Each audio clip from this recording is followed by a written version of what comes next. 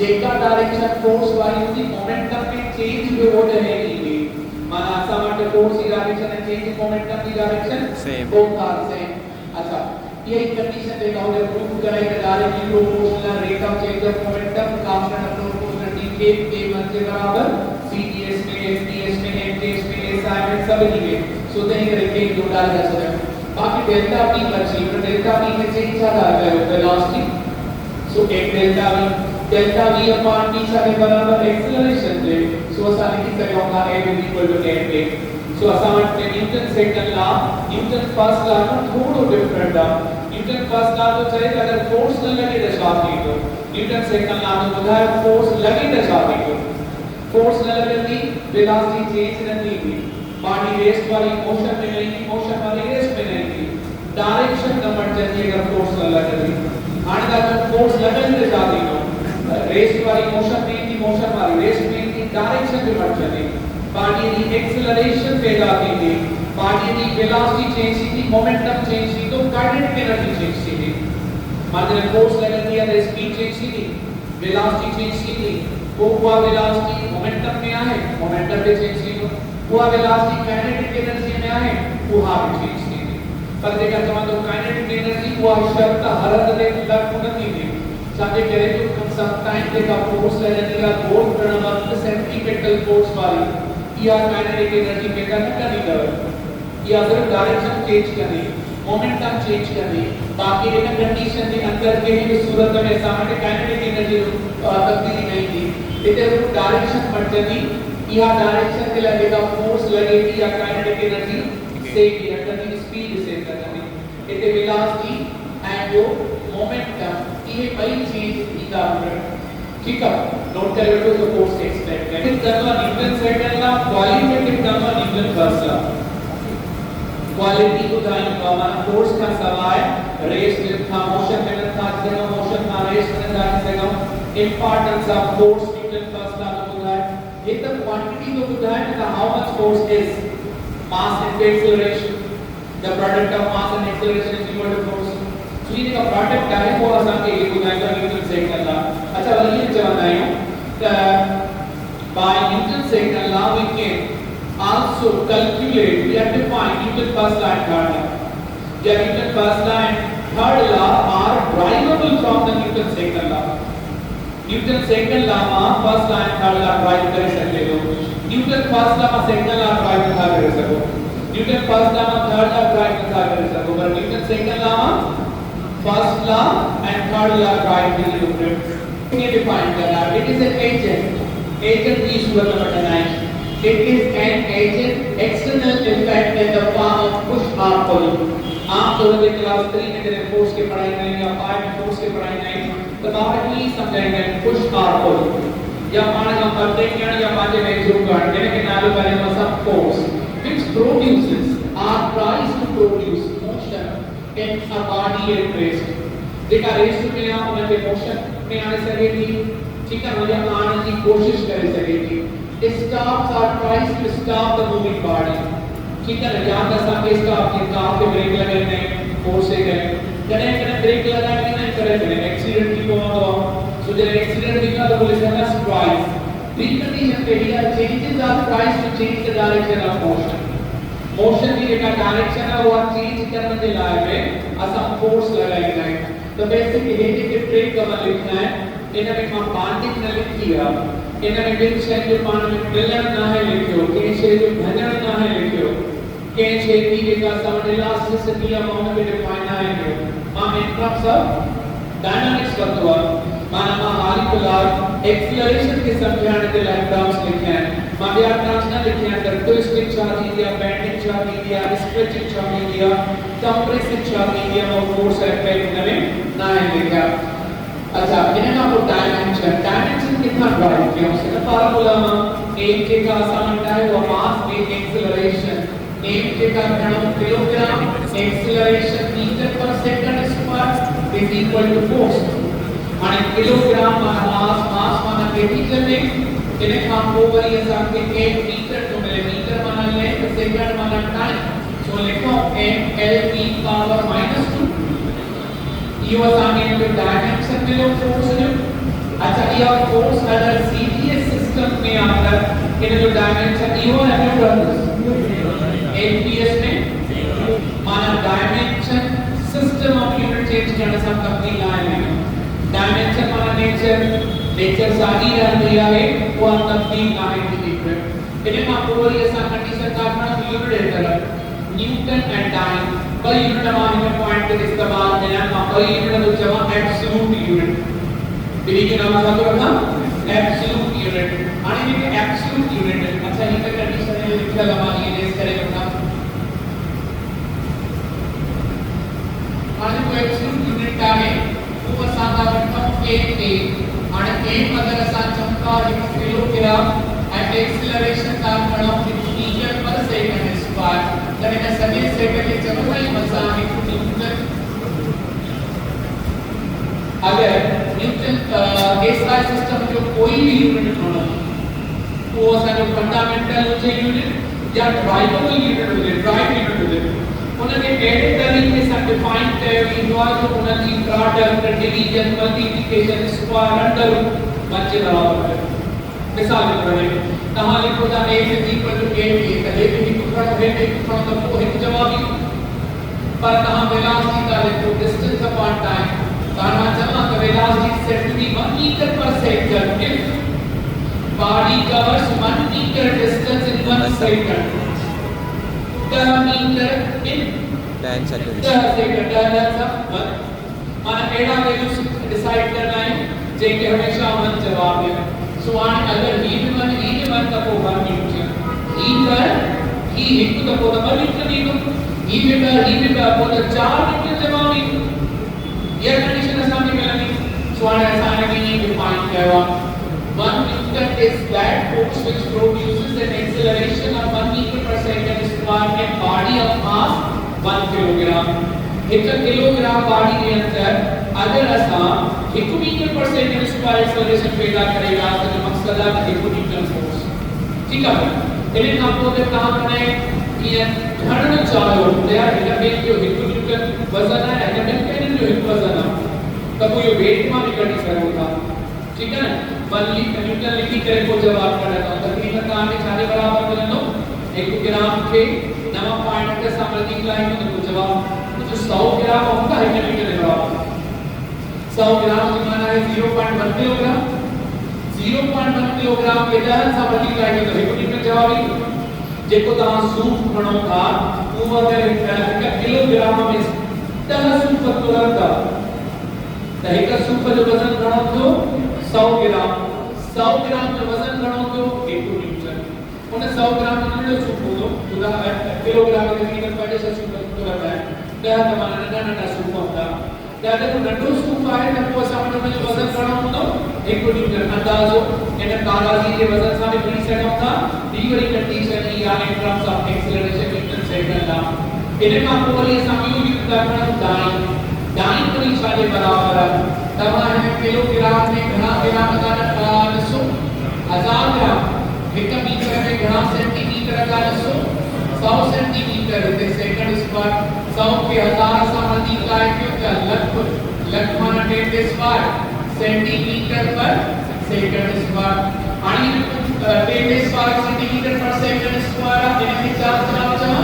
10 square 9 ठीक है त असांखे इहा ख़बर पई त जेको 1 न्यूटन आहे वो 10 स्क्वायर 9 थिया जीअं मां हिते लिखियो आहे absolute units of force 1 Newton is equal to 10 square 9 कुछ सारे बराबर है 1 time is that force which produces an acceleration of 1 centimetre पर सेकंड स्क्वायर में 1 ग्राम एसआई में किलोग्राम मीटर पर सेकंड स्क्वायर एंड में ग्राम सेंटीमीटर पर सेकंड स्क्वायर तो लिखियो ग्राम सेंटीमीटर पर second square is equal to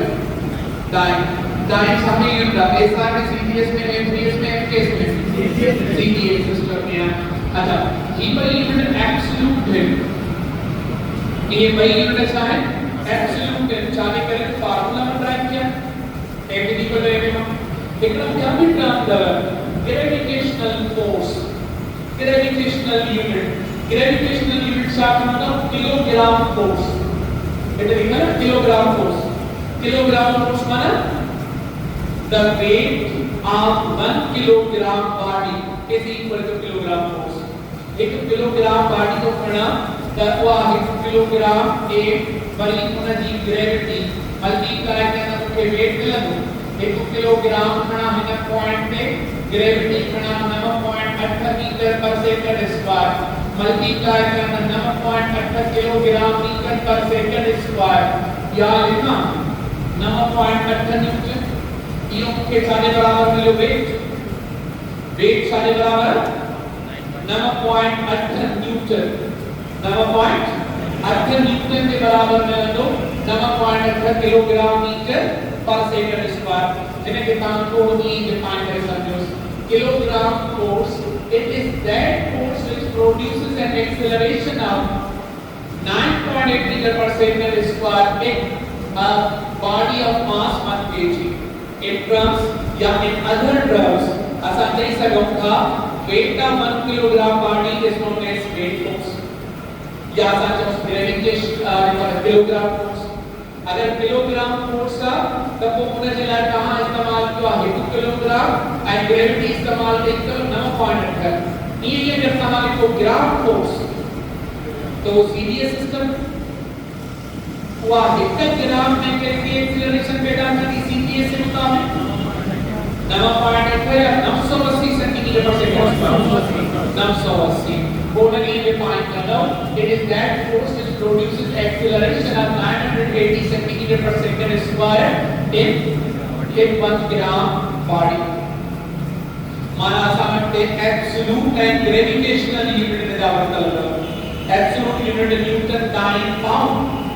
gravitational के unit ने किलोग्राम फोर्स ग्राम फोर्स किन तरीके से डिफाइन करना number 4 no force is required to move a body uniformly along a straight line with constant speed मिसाल के तौर पे माता के चमान को तो एक ड्राई रोड खुश्क ठीक है ऐं सनी डे इन का पोता जो हिकड़ी कार इन कार जी जेका सामने मास आहे उहा मिलला 1000 केजी इहा घूमती करे 10 मीटर पर सेकंड सा ॿुधायो तो फोर्स घणी अथसि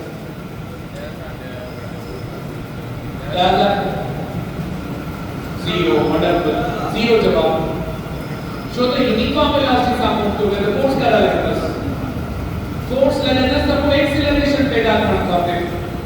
माने ने साथ छा का दास ने जवाब तो 0 वाला माने कटर के जवाब नहीं जो मां छा का सवाल लिखना थोड़ो लेंथी हर वो शायरी का नमाज सदी के या वरी पाटा सामने ड्राया वरी सामने ड्राइवर जो कलर है या ब्राउन नीलो मानो वो बुझाए जवाब सपोज को 0 केड़ो है तो फोर्स न लगे ने एक्सीलरेशन पैदा न थी एंड अदर चवे को द यूनिफॉर्म वेलोसिटी से मूव तो करे तमाम इनडायरेक्ट चवे तो एक्सीलरेशन 0 तो फोर्स 0 माने है कंडीशन में चाहूं की फोर्स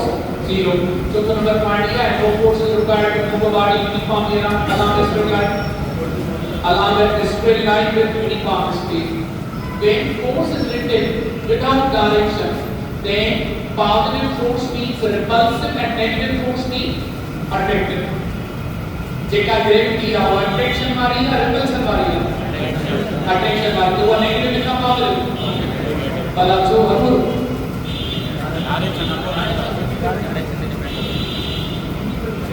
एंटी पेरा लिखा सा अगर ताम खणोता ये चार्ज प्रोटॉन जी ये मन्ना है हुआ आणि डिस्टेंस की काउंट करनो फ्रॉम 1 to 2 और आणि यो रिपेल नहीं तो करे रिपेल के पारा ना परे न नजर है फोर्स पे है डिस्टेंस पे है भाई पैरेलल थी गया अगर भाई पैरेलल थी गया तो वो बात जो खड़ा पर अगर ये प्रोटॉन ना हो जे इलेक्ट्रॉन हो जे नेगेटिव तो वो एक प्रोटॉन छा करे सा अट्रैक्ट करे सा वो फोर्स हेवी हो गया distance heavy force heavy attraction में distance and force is very negative parallel है असा अगर में फोर्स के डिस्कस करना या डिस्टेंस के पहले तो ये चंद है पार्टिकल का हेतरो करते हैं तो पहले उदाहरण के जो डी डिस्टेंस जो देखो मुंडा में पढ़ना है वो पॉजिटिव उन्हें आपको ये कटिंग कंडीशन थी आम रिवाज ही करना है फर्स्ट अटेम्प्ट पॉजिटिव उन्हें आपको नेगेटिव अगर तरफ पॉजिटिव होता है तो तरफ के चेक को भी वेक्टर हो तो पॉजिटिव मतलब अगेन से को तो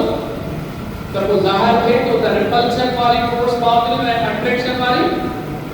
नेगेटिव वो आने वाला है सवाल हो गया द चार्ज ग्रेविटेशनल फोर्स करे positive थीटी gravitational force can have positive dp no why because it never repel the other body it always attract या attractive in nature या शरीर के माने तरफ से की दिया nature में attractive है repulsive ना है so gravitational force is always negative और repel भला उदाहरण के देखा electrostatic force हुआ छाने वो positive हमेशा या नेगेटिव वाला magnetic force or moving charge वाह magnetic force or moving charge ना वो अट्रैक्ट करने ना रिपेल करने वो डिफ्लेक्ट कर दिया सही है वो आना रिपेल कर दिया ना अट्रैक्ट कर दिया वो डिफ्लेक्ट कर दिया रिपल्शन वाली एंड डिफ्लेक्ट का अट्रैक्शन वाली वो अपना ट्रांसफर अगर पहली वाली मध्य द पॉजिटिव पढ़ना तो लेट वाली तो 14 से नेगेटिव बात अट्रैक्शन एंड रिपल्शन का कंडीशन के लिए कंटिन्यू इन्हें का नेक्स्ट ड्रामा है constant force what the meaning of constant force constant force और लॉ इज द मार्क ऊपर है सो बल बात तो बात करें उसका ऐसा नहीं है मैग्नीट्यूड एंड फोर्स की डायरेक्शन सेम हो जाए अच्छा if the direction and magnitude of force is constant, it is said to be constant force. ऊपर ये सारे conditions लिखे हैं time dependent force, position dependent force, velocity dependent force. आने को पहले लफ्ज लिखेगा time dependent force. Time dependent force में हाँ ये condition पढ़ना the force is equal to change in momentum per unit time. आने की यार time असा inversely यार Yes. टाइम साथ में इनवर्सली की मिले माना अगर ऐसा रखते टाइम ज्यादा लगा तो घट फोर्स अगर टाइम घट लगा तो ज्यादा force the force and time हमेशा इनवर्सली टाइम डिपेंडेंट कंडीशन दी हुई या पर ये मेरे सामने काई चार जगह का मूव दी करे पर उन्होंने रास्ते में जेका इलेक्ट्रिक फील्ड या वो वेरिएबल कहते फोर्स की जगह से भी Hindi so the electric field variable alternating field तब वो पुनः कंडीशन में टाइम डिपेंडेंट होगी in case of impulse or motion of charged particle alternating electric force is time dependent ये है position dependent कहाँ के अगर मात्रा ये p charge q1 p charge q2 इनके बीच में डिस्टेंस है r1 worry p charge are from q2 इनके डिस्टेंस r2 है the carrying case में force ज्यादा होगी ना ये है आना ये force position डिपेंड करेगी चार इतना है F equal to K Q1 Q2 upon R square R square सा अच्छा ये ग्राफ आपने क्लास 7 की साइंस में पढ़ा है ये ग्राफ जो क्लास साइंस में कैसा का साइंस है उन्होंने क्लास 7 में वेरिएबल इंडिपेंडेंट डिपेंडेंट ग्राफ ये सब एक्सप्लेन करें माने क्लास 7 की लेवल का ही ना है मतलब से गुरुकुल अलग होगा क्लास 7 अगर ऐसा क्लियर है तो नाम उन्हें क्या लगा एक्सपर्ट हो जाओ ई के कोर्स है capital G m1 m2 upon r square gravitational force electrostatic force इनके चार आर हो पोजीशन डिपेंडेंट फोर्सेस ठीक है इन्हें आप पूरा ये समझना वेलोसिटी डिपेंडेंट फोर्स कहां है तो टॉपिक पढ़े हो F = 6 पाई eta rv ये फर्स्ट ईयर में पढ़े हो वही सेंट्रीपिटल फोर्स पढ़ेगा mv square upon r v पे डिपेंड करता माना velocity dependent speed dependent force speed ज्यादा होगी तो फ्रिक्शन ज्यादा स्पीड घट होगी तो फ्रिक्शन घट इक्विलिब्रियम स्पीड ज्यादा होने का फोर्स ज्यादा स्पीड घटा फोर्स सामने घटने लगी इन्हें बेहतर लफ्ज समझ ही बार हुआ ये कैसा नहीं सकेगा फ्रिक्शन फोर्स एक तो भी टॉपिक पढ़े हुए लास्ट ईयर फर्स्ट ईयर में रेनॉल्ड्स रेनॉल्ड्स नंबर पे वेलोसिटी हुई, वेलोसिटी ग्रेडियंट और हमको टॉपिक पढ़ाया हुआ पानी का Sunny change velocity per unit length में ये वेलोसिटी ग्रेडियंट उन्होंने भी लिखा फोर्स लगे कि वो वेलोसिटी डिपेंडेंट हुई मुझे फार्मूला याद है माना जाए बता के फार्मूला लिख रहा है ना टॉपिक को रिवाइज करो तो ये फोर्सेस शामिल है velocity dependent force price calculate भी कैसे उन्हें जुमाने के स्पेशल लिखी पॉइंट्स नोट करो तो northward southward ये होता लिखा तो वो सारे लिखा देखा फोर्स सारा ज्यादा पॉजिटिव बिहार का फोर्स नेगेटिव फोर्स माना है रिपल्शन पॉजिटिव की माना है सॉरी पॉजिटिव की माना है रिपल्शन नेगेटिव की माना अट्रैक्शन वाला आज इस बार में तरीके का सवाल की हल करने जो जैसे सवाल है जो कि विद्युत की पैटर्न का हमारे मुताबिक फिजिक्स वाली पूरी आपको अटेम्प्ट करें पर ये आपके मैंने तमाम मैंने जो 16 सवाल तैयार करके तमाम पढ़ना में जो कोई भेरो सॉल्व करना में जो कि ना से बोलता है फाइंड वालों लेविनाइट इन 200 सवाल में जरूर 150 सवाल कहां जा फर्स्ट रीडिंग में की था केमिस्ट्री वालों 7 सवाल को करने दो फिजिक्स वालों 60 सवाल को करने दो बायो वालों के 70 सवाल को करने दो मानता अगर 50% मन के 100 समझो तो 100 सवाल में की जाना वो 100 सवाल पहली यूनिट में कहा जाता है कि था उन्हें भी तकरीबन अपने मुंह के लाभ होगा टाइमिंग नाम है 12 बजे नेक्स्ट टॉपिक का समझता है सेंट्रल फोर्स माना देगा टुवर्ड्स सेंटर हो जाए या अवे फ्रॉम सेंटर के तरफ या सेंटर अवेली के सेंट्रल फोर्स बनाए सेंट्रीपेटल एंड सेंट्रीफ्यूगल ये वही नाम है आणि अगर सेंट्रल फोर्स का खड़ा या बेडिंग की जरूरत अगर विचले न्यूक्लियस का हाइड्रोलिक फोर्स करे इलेक्ट्रोस्टैटिक फोर्स इते सिचु आहे जमीन ना ग्रेविटेशनल फोर्स अगर ऐसा इते हता तो हथवा और इते रस्सी के पत्थर तो प्रोटेक्शन मां अगर रस्सी से बाहर से गोल करे पत्थर लेकर तो रस्सी जो टेंशन सेंट्रल फोर्स है जमीन चंद्र सिचु गैलेक्सीज टेट्राशाम energy gravity centripetal force electron वाला केस में अच्छा ई और इतनी सेंट्रीपेटल फोर्स की भी थी ना देखा मैग्नेटिक फोर्स हो गया चार्ज से मतलब ता पढ़ो सर ने थॉमसन और टॉपिक उन्होंने असाइनमेंट का मैग्नेटिक फील्ड के अंदर इलेक्ट्रॉन के रिवॉल्व करके तो एक पार्टिकल के गोल कर रहे हैं सेंट्रीपेटल फोर्स या सेंट्रल फोर्स के लिए मैग्नेटिक फोर्स उन्होंने जो फार्मूला चाले करता QPB sin थीटा ये वेलोसिटी डिपेंडेंट फोर्स है वेलोसिटी डिपेंडेंट माना सेंट्रल फोर्स को हम लेगा सेंट्रल वर्ड में सेंटर ना अवे हो जाए अवे के लिए सेंट्रीफ्यूगल फोर्स ठीक है अच्छा मैंने कहा पूरे को नोट लिखा था कि work done by central force RS 0 मिसाल जो रे सेंट्रल फोर्स है या डिस्प्लेसमेंट को इलेक्ट्रिक एरिया इन डिस्प्लेसमेंट के कवर करने से लाइट का फोर्स लगाए तो वो नवे की कुंडल है आणि नवे की कुंडल में देखा डिस्प्लेसमेंट टाइम का समझ ये रेडियस में लिया इधर डिस्प्लेसमेंट में टाइम में जो नवे की कुंडल वर्क चाली तो 0 जो देखा आप का इस्तेमाल करने वर्क में इनका पूरी ऐसा कंडीशन करना conservative non conservative force adjustment conservative कैडी होती जेने फोर्स इंडिपेंडेंट ऑफ पाथ लेके मुझे नॉन कंजर्वेटिव कैडी होती जेका समझते पाथ डिपेंडेंट हो जाए तहां के हेठे फ्लोर था हिन फ्लोर ते अचणो तहां हिते बीठायो ऐं हितां खां मथे था वञो हिते था पहुचो वो हाणे रस्सी सां वञो या हिन डाकण जे ज़रिए सां वञो ॿिन्ही केसिस में तहां जी बॉडीअ में जेका पोटेंशियल एनर्जी हूंदी उहा एनपीएच हूंदी यस F for mass G for gravity H for height टिनी सूत्र में तहां हितां खां निकल हेठा नहीं आया हो हिते रस्तो पियो वेठा पियो हिते रस्तो पियो वेठा पियो वर्तन त साॻियो ई हुआ तो चओ तो वर्तन is independent of path taking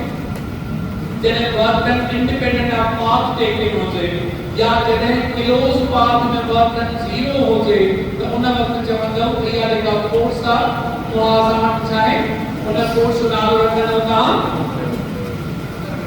conservative force ठीक है ये टॉपिक तहां जो वर्क पावर एनर्जी में रिपीट थी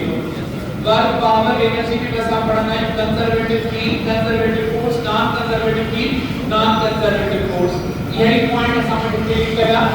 if under the action of a force the work done in a round trip is zero